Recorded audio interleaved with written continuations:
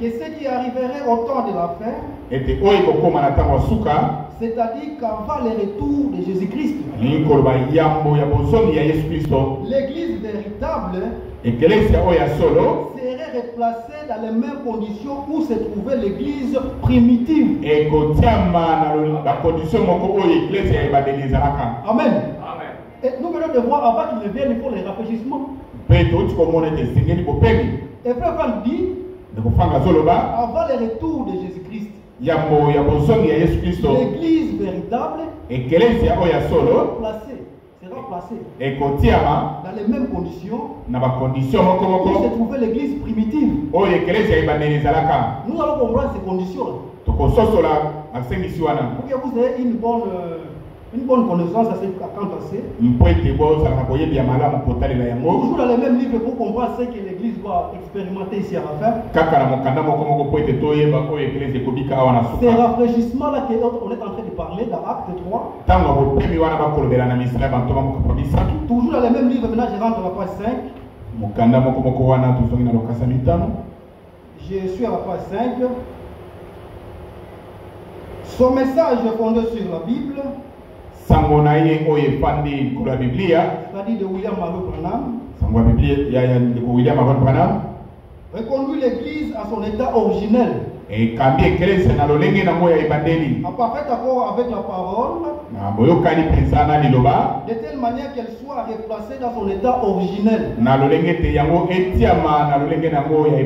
Et possède avant le retour de Jésus-Christ tout ce qu'elle avait au commencement. Comment? Par une puissante action de l'esprit que l'écriture appelle pluie de l'arrière-saison. L'église sera replacée dans l'ordre divin originel. Et ici Jacques 5:7. Vous comprenez maintenant les rafraîchissements? C'est comme ça qu'il faut lire très franc. Les comprendre entre les mots. Là, dans Acte, on dit que les rafraîchissements doivent être là pour que le ciel libère Jésus-Christ. Et frère Franck dit que l'église doit être replacée dans la même position que l'église primitive avant le retour du Seigneur Jésus-Christ. Amen. Amen. Maintenant, lui-même, il répond toujours à cette question-là. Toujours dans ses livres. Il dit que ça sera replacé par une puissante action de l'esprit que l'écriture appelle pluie de l'arrière-saison.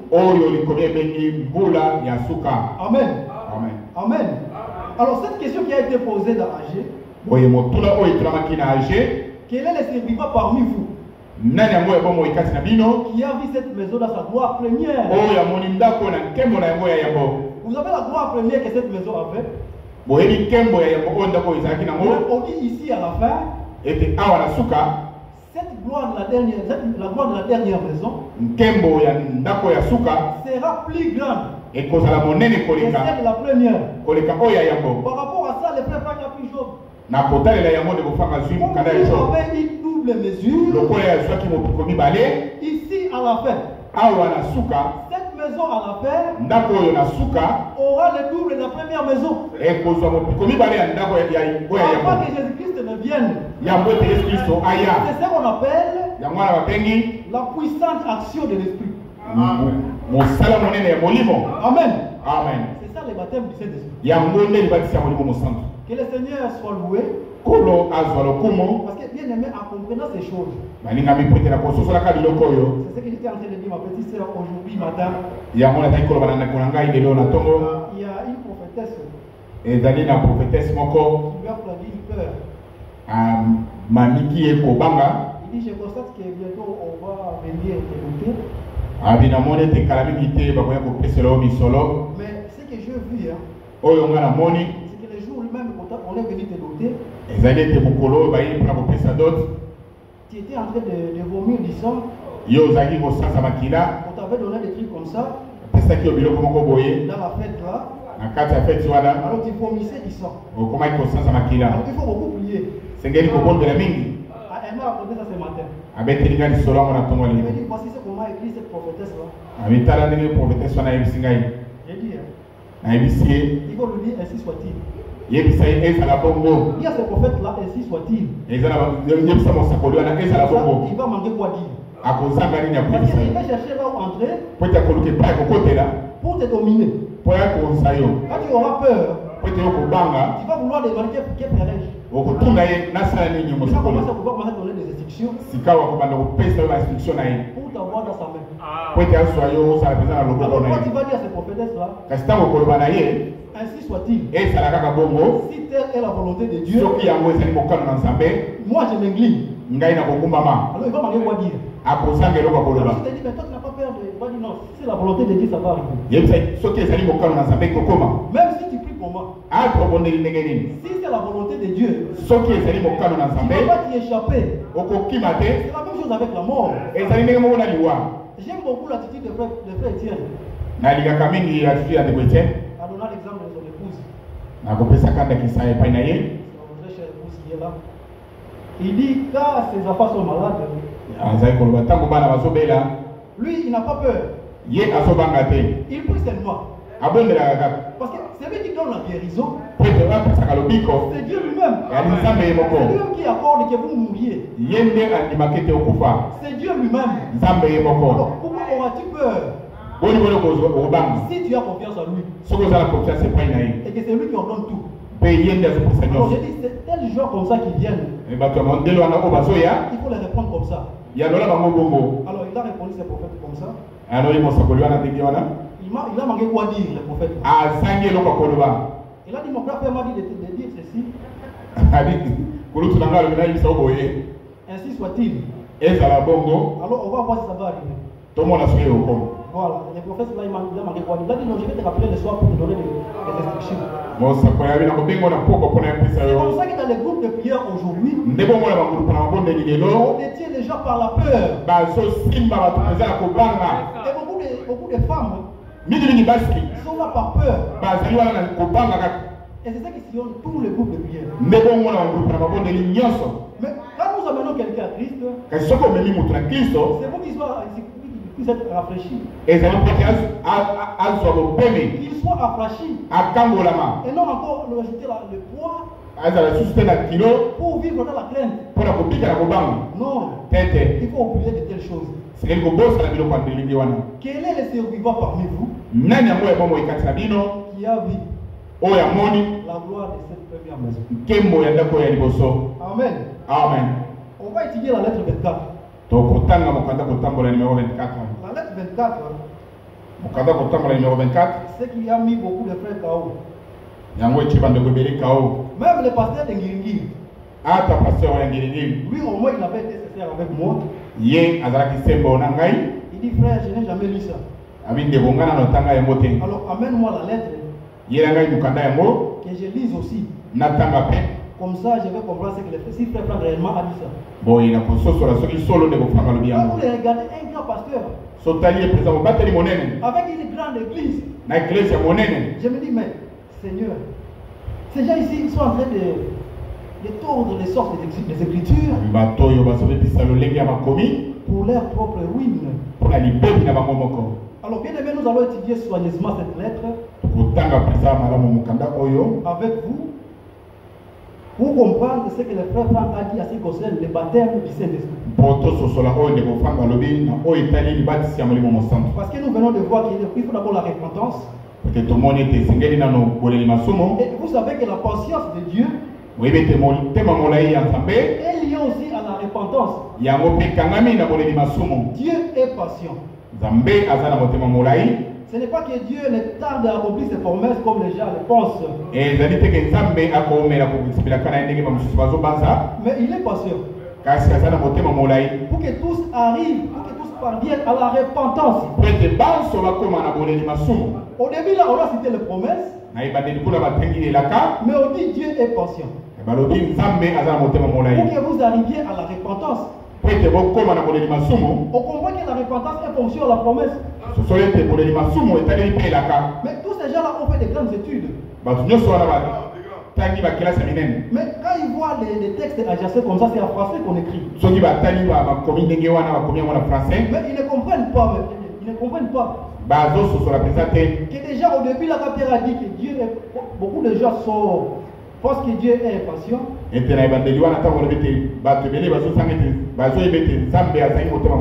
À l'accomplissement des promesses, de ses promesses.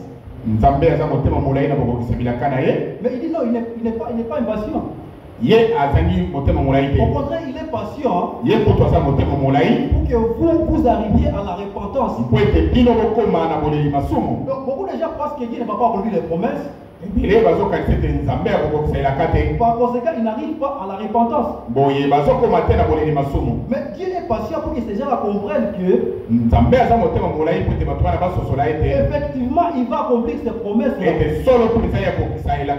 Alors quand vous comprenez la promesse que Dieu va accomplir pour votre temps, c'est là que réside la repentance.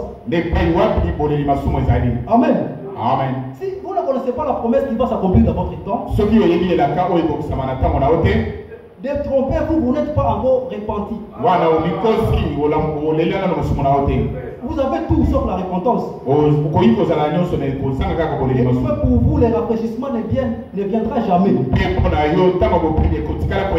Parce que Pierre a été clair. La repentance, les rafraîchissements viennent. Et puis, le ciel libère Jésus-Christ. C'est-à-dire le retour de Jésus-Christ est directement lié au rafraîchissement. C'est la question que j'avais posée à Frère Onésime. J'ai dit, bien aimé, si aujourd'hui vous prétendez que ce rafraîchissement est là, alors pourquoi le ciel ne libère pas Jésus-Christ? Pourquoi? Pourquoi je pose cette question? Parce que c'est directement lié. C'est directement lié, mes bien-aimés. Alors, dans cette lettre, Frère Franck a élucidé des choses. J'étais très content quand je l'avais lu. C'est Frère Etienne qui m'avait envoyé ça l'autre fois. Alors, devant les pasteurs de Ngengiri, je lui avais dit ceci. Nous étions à 3. Moi, le pasteur de Ngengiri, le frère Jean Mondeke. Là, on avait déjà donné un bureau, le frère Jean. Avec l'ordinateur Macintosh. Il dit, frère, je suis bien ici, dans le bon cadre. Alors, le frère là, il m'a reçu. Je lui dis, frère, moi j'aimerais partager avec vous ce qui concerne le baptême du Saint-Esprit. Aujourd'hui, il est vrai que nous avons le Saint-Esprit. Et comprenez-moi très bien. Parce qu'il y a une différence entre avoir le Saint-Esprit et être baptisé du Saint-Esprit. Et comment lui me saisit? Le pasteur de Ngengiri me saisit. Il dit non. Être baptisé et avoir, c'est la même chose. C'est juste le verbe qui vous complique, bien aimé. C'est la même chose que le frère Onésime a répondu. Dans ce groupe-là, je lui avais posé la question de savoir. Maintenant, aujourd'hui, si vous êtes déjà baptisé du Saint-Esprit, vous avez les rafraîchissements. Quelle est la promesse que nous attendons aujourd'hui alors? Le frère Jean a dit que nous attendons la pierre de fête. Le frère Onésime a dit que nous attendons la manifestation du Fils de Dieu. Donc pour toi, la manifestation du Fils de Dieu, c'est ça les rafraîchissements. On a cité l'acte. Et puis le frère Jean me dit que frère, vous compliquez les choses inutilement. Bon, j'ai dit en tout cas à ce stade. Il serait mieux d'abord de se taire. Les rafraîchissements, c'est la manifestation du Fils de Dieu. Je lui ai dit, bon, même ta réponse avec le frère Jean, vous êtes à divergence. Mais vous tous, vous êtes déjà baptisés du Saint-Esprit. L'autre combat de sa manière et l'autre de sa manière. Mais soyons intelligents. Et soyons humbles devant Dieu. Et Dieu va nous éclairer. Amen. Amen. Alors, les frères là, j'ai lu dans cette lettre, en étudiant la lettre 24. Frère Franck commence à 10 ans. L'amour de Dieu est uniquement avec ceux qui ont été nés aimés de Dieu. Au travers de Jésus-Christ. La communication du Saint-Esprit ne peut avoir lieu en fait que là où les croyants ont reçu le Saint-Esprit. Cette communication du Saint-Esprit ne se trouve qu'au milieu de ceux qui ont été mis à part et sanctifiés et aimés. Il est indispensable que nous soyons réellement remplis du Saint-Esprit afin que nous puissions parvenir à cette véritable communion. Vous comprenez ce que fait Paul dit? Il est indispensable pour que nous arrivions à cette communion. Cette communion vraiment sincère, les frères. Il est indispensable que nous soyons baptisés du Saint-Esprit. Il a dit ça parce qu'il ne voit pas cette communion-là. Cette communion soit là. Il est vraiment indispensable que nous soyons baptisés du Saint-Esprit. Maintenant, quand nous lisons, il a beaucoup de sous-titres là-bas de cette lettre. Dans les sous-titres qu'il a intitulé lui-même, qui est rempli du Saint-Esprit. C'est ça le sous-titre.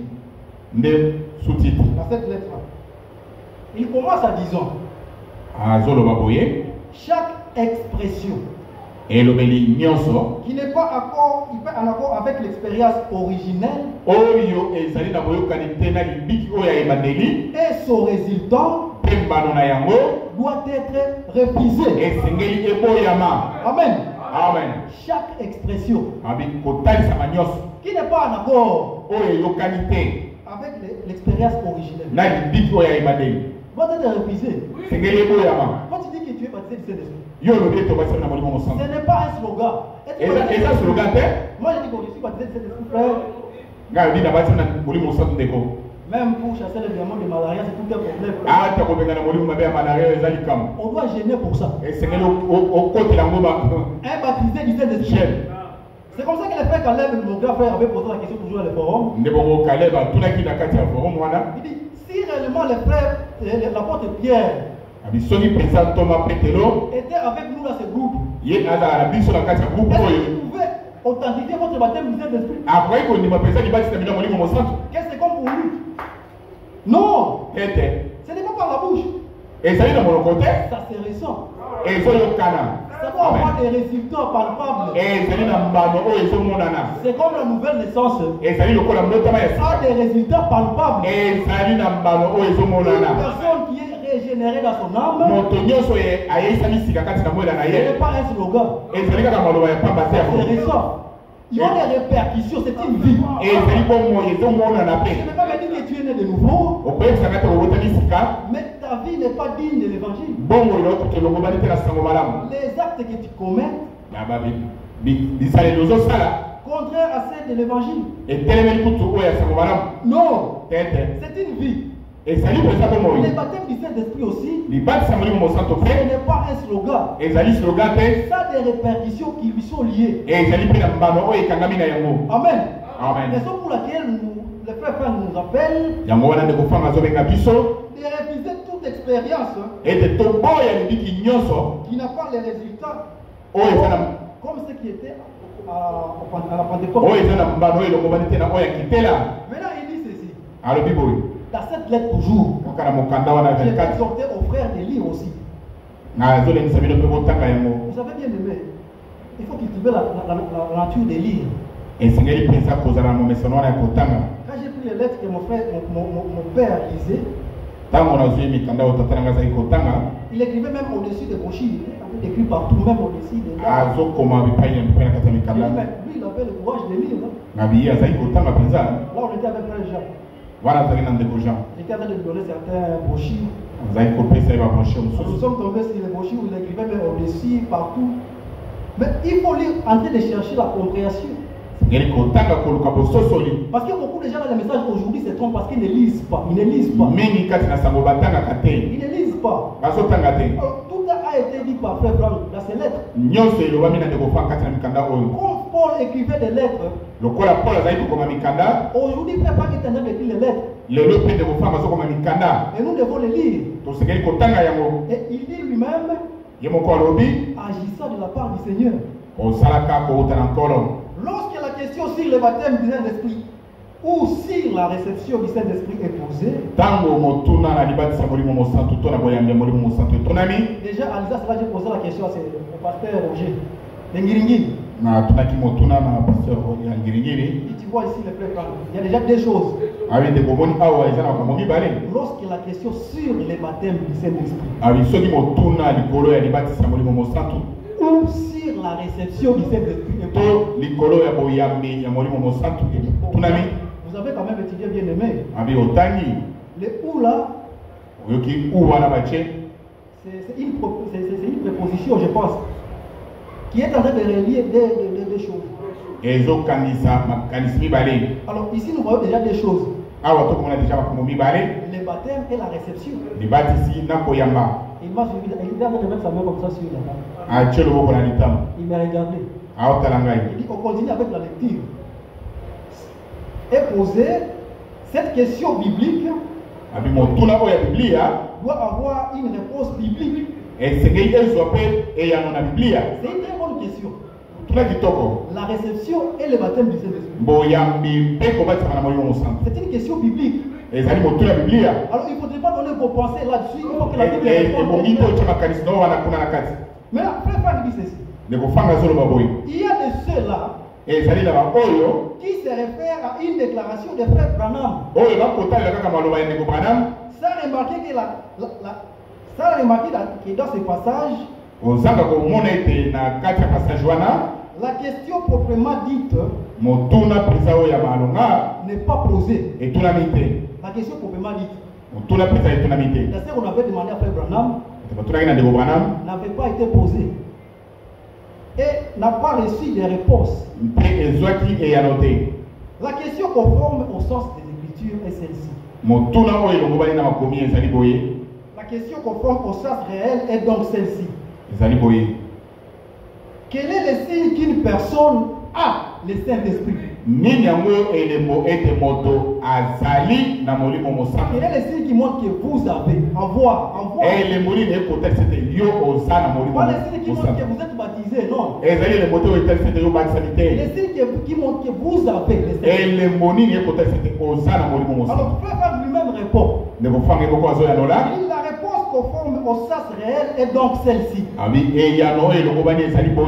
C'est qu'elle croit la parole de l'air qui est le message. Amen. Amen. Amen. Mais quand vous croyez la parole de l'air, la parole de l'air, c'est laquelle? Aujourd'hui, quand on dit la parole de l'air, soit la promesse de l'heure. Parce qu'on nous avait dit qu'il y avait une promesse pour le message qui était Malachie 4. Ça c'était pour le message tout entier. Et les gens ont passé cela. Mais au sein de ce message, il y a une promesse de l'air. La parole de l'air. C'est ce qui met. Ça concerne l'église épouse. Cette promesse de l'air, quand vous la croyez, c'est la preuve que vous avez le Saint-Esprit. Amen. Amen. C'est ça, mes bien-aimés. La preuve que vous avez le Saint-Esprit, c'est pas que moi j'aime tel frère. Parce que vous savez, on avait décrit ici deux amours. O tarisaki ba bolingo mibale awa. L'amour philéo et l'amour agapao. Bolingo ya philéo na agapao. Tous les gens qui sont dans les groupes de prière s'aiment aussi. Ba tonyo so groupe na bolingo liko balingana kapeng. Ça c'est l'amour de Dieu. Ezali bolingo ya Nzambe. Non. L'amour de Dieu est suscité par le Saint-Esprit. Bolingo ya Nzambe otsami na molimo mosantu. C'est le fruit de l'esprit. Yango ezali mbuma ya molimo. Or l'esprit de Dieu Zokande molimo na Nzambe. est donné seulement aux élus, aux élus. Amen. Et pesameli kaka ba pona minaye. Amen. Amen. Bien aimé, voyez cela. Boni ba yango balingami. C'est ce que j'étais en train de montrer à frère Jean. Na ona ko tali sandeko. Il dit bien aimé. Ami molingami. Quand nous disons que les appelés sont à part, tango tozolo bete ba biangami bazali na isika na bango. Et les élus sont à part. Pe ba pona mi bazali isika na bango pe. Vous différenciez ça par quoi? Bino boko pesa bokeseli wana na nini? Bon, il n'a pas si me répondre à tergiverser certainement. Ah, kokai ko pesa ya noté. J'ai dit, on les différencie par le Saint-Esprit. Bokeseli saka na molimo mosantu. Les élus de Dieu Ba pona mi na Nzambe. sont ceux-là qui ont l'Esprit de Dieu. Ezali ba oyo bazali na molimo na Nzambe. Amen. Parce que quand vous prenez l'exemple des apôtres, So zinda kisa ba Thomas. c'est après la résurrection de Jésus-Christ. Ezali sima ya lisekwa ya Yesu Kristo. Nous ne le dirons jamais assez To koleba koloba yango te. pour nuancer cette différence-là. Pona ko pesa bokeseli wana. Quand Jésus était ressuscité, Tango Yesu asekwaki. quand il est ressuscité, Tango asekwaki. c'est alors qu'il s'est montré seulement aux apôtres. Nde wana aye komitalisa kaka na ba Thomas na ye. Seulement aux apôtres. Lisez bien les Écritures. Botanga pesa malamu akomi. Jésus n'a pu retourner chez Pilate. Yesu azonga isusu pa Pilate te. Il n'était pas allé, je ne sais pas où, devant la foule, il donnait le pain et le poisson. Akendaki isusu pa bituluku epai oyo apesa kokabola mapana bisi te. Non. Tete. Il est allé seulement aux apôtres. Akei kaka epai ba Thomas na ye. Il les a ouverts l'esprit Afongoli bango molimo. pour qu'ils comprennent les Écritures. Pote bango basosola makomi. Et puis il a soufflé sur eux. Abe afulaki likolo na bango. Recevez le Saint-Esprit. Boyamba molimo mosantu. Bien aimé, ils ont reçu le Saint-Esprit. Bayambaki molimo mosantu balingami. C'était un ordre, un impératif. Ezalaki mitindo epesamaki. Recevez. Boyamba. Recevez. Reçois cet argent. Mais c'est ce que je te donne, tu reçois. Ezali oyo napesa ozwi. Les frères, il m'a dit non. Ils ont reçu ça dans la chambre haute.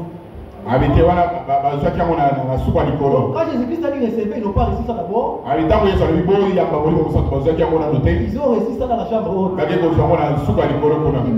Donc, quand tu limites Dieu, Ngabe wana yo ozosukisa Nzambe. moi quand je dis mon frère, reçois cet argent. Ngai soki nalobi ndekozwa mbongo oyo. Quand on utilise l'impératif, c'est quelque chose qui n'est pas des gens. Wana ezali eloko ezosalema. C'est ça l'impératif, mes frères. Ils ont reçu le Saint-Esprit par l'ordre de Dieu. Bazwaki molimo mosantu na mitindo ya Nzambe. Après la résurrection. Nsima ya lisekwa. Amen. Amen. C'est là maintenant qu'il leur a été demandé d'aller attendre dans la chambre haute à Jérusalem. Nde epai wapi esengamaki na bango bakende kozela na suka likolo Pour kuna na attendre Jérusalem. la promesse du Père. La promesse du Père. Mpona kozela elaka ya tata. Qui est le baptême du Saint-Esprit. Oyo ezali libatisi ya molimo mosantu. Amen. Amen. Parce que là, ils avaient encore leurs péchés sur eux. Wana bazaki na masumu na bango likolo na bango. Quand nous lisons Jean 16, soki totangi Yohane mokapo ya zomi na le motoba verset 8, molongo ya mwambe nous voyons que c'est l'esprit qui convainc du péché. tokomona ete molimo nde ezokosukisa moto mpona Le lisumu. péché, c'est parce qu'il ne croit pas à Jésus-Christ. Lisumu ezali mpo ete bazondima na Yesu Kristo. Donc, tant que l'esprit n'était pas encore là, ntango molimo ezalaki nano te, ces gens-là n'étaient pas encore convaincus du péché. bato wana basukisami na lisumu te. C'est-à-dire qu'ils ne pouvaient pas comprendre qui il était lui. bakokaki kososola te nani ye azalaki. Ils passaient outre ce qui s'accomplissait dans leur temps. bazali koleka pembeni ya oyo ezali Il a fallu que Jésus leur donne l'esprit esekelaki Yesu apesa bango molimo pour que ces derniers les convainquent du péché. mpo ete basukisama na lisumu. Le péché qui est l'incrédulité. lisumu oyo ezali motema Il est ekende refus de croire ce qui s'accomplit dans votre temps. boboya kondima oyo ezokokisama na ntango na yo. Alors, quand ils avaient réellement reçu le Saint-Esprit, ntango bango bazwaki mpenza molimo mosantu ils ont compris que oui, réellement, basusu ete solo mpenza les Écritures parlaient de lui. makomi ebandaki koloba na ntina na ye. Alors, ils vont, comme vous avez le Saint-Esprit maintenant, lokola boza na molimo mosantu sikawa allez attendre à Jérusalem. bokende kozela na Jérusalem C'est que vous allez avoir la promesse du Père. tikilo ete bino bokozwa elaka ya tata. Alors, frère Franck dit ceci, ekofanga azoloba boye et cette question n'a pas reçu de réponse. motuna wana ezwaki ya note. Nous avons passé. Nous devons entrer plus profondément dans la question. tosengeli kokota mpenza na mozindo na motuna yango. La même expérience expériences que firent les croyants au commencement du christianisme doit avoir pour conséquence les mêmes résultats qu'elle eut alors. Amen. Amen. La même expérience ont vécu là-bas au début du christianisme doit avoir les mêmes résultats que eut alors. Depuis la première Pentecôte et encore par suite, l'événement nous est toujours décrit avec répercussions qui lui est liée. Amen. Toujours l'événement qui lui est lié, donc les mêmes choses qui sont liées par cette expérience, on les voit. Amen. Amen. L'enseignement par le Saint-Esprit a lieu après que l'on a reçu la parole de la vérité.